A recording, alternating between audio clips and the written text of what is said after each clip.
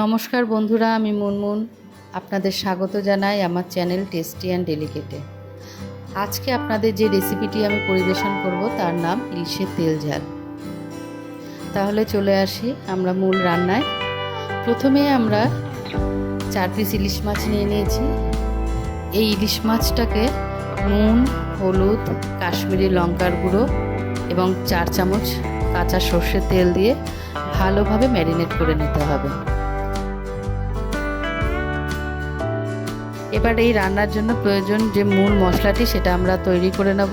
একটা বাটিতে 2 চামচ কালো সর্ষে, 2 চামচ সাদা সর্ষে, 2 টেবিল চামচ পোস্ত, 2 থেকে 3টে কাঁচা লঙ্কা, হাফ চামচ নুন, এটা দিয়ে একটা পেস্ট আমরা বানিয়ে নেব। এবার চলুন আমরা চলে আসি মূল রান্নায়। কড়াইয়ে বেশ কিছুটা সর্ষের তেল গরম করে তাতে হাফ চামচ পরিমাণ কালো জিরে ফোড়ন হিসাবে দিয়ে দিচ্ছি। ফোড়ন থেকে সুগন্ধ বেরোলেই এতে জলে গুলে রাখা 1 চামচ হলুদ ও 1 চামচ কাশ্মীরি লঙ্কার গুঁড়ো দিয়ে দিচ্ছি। এটাকে হালকা হাতে একটু নেড়ে এতে দিয়ে দেব তৈরি করে রাখা সর্ষে পোস্তর পেস্টটা।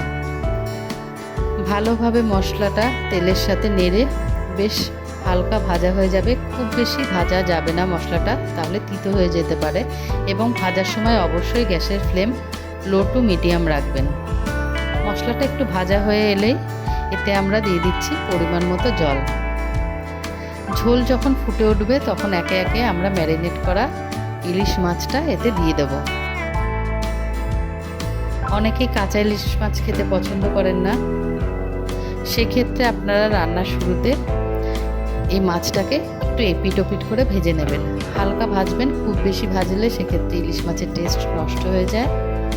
তো যারা কাঁচা খেতে ভালোবাসেন না তারা হালকা তেলে এপিট ওপিট করে নেড়ে নেবেন মাছটাকে। মাছটাকে ঝোলে দিয়ে ঢাকা দিয়ে মিডিয়াম টু লো আঁচে 5 থেকে 7 মিনিটের জন্য এক পিঠ রান্না করতে হবে। কিছুটা রান্না হয়ে এলে এতে দিয়ে দিচ্ছি কয়েকটি কাঁচা লঙ্কা। এটাও আপনারা আপনাদের স্বাদ অনুযায়ী দেবেন। যারা ঝাল খেতে ভালোবাসেন তারা একটু বেশি দিতে পারেন। এবার মাছটাকে ঢাকা দিয়ে আরও 5 থেকে 7 মিনিটের জন্য আমরা ফুটিয়ে নেব।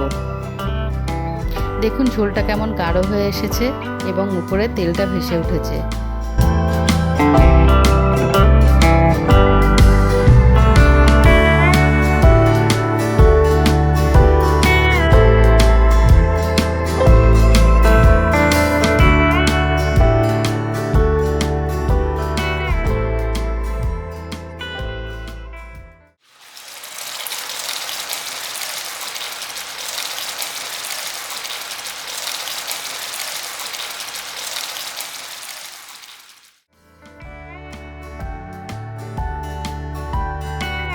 এবার আমরা এতে মিশিয়ে দেব 2 থেকে 3 চামচ কাঁচা সর্ষের তেল। এটা অবশ্যই দিতে হবে, কারণ সর্ষের তেল মেশালে ইলিশ মাছের স্বাদ আরও বেড়ে যায়। ভালোভাবে সর্ষের তেলটা মাছের সাথে মিশিয়ে নিয়ে আমরা ঢাকা দিয়ে এটাকে 5 থেকে 7 মিনিটের জন্য গ্যাস অফ করে রেখে দেব।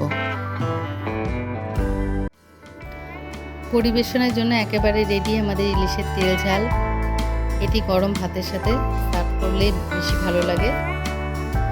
আপনারা অবশ্যই বাড়িতে ট্রাই করবেন এই রান্নাটি এবং কমেন্টে আমাকে জানাবেন কেমন লাগলো আপনাদের। আর অতি অবশ্যই আমার চ্যানেলটিকে সাবস্ক্রাইব করবেন, সেই সঙ্গে লাইক শেয়ার করতে ভুলবেন না।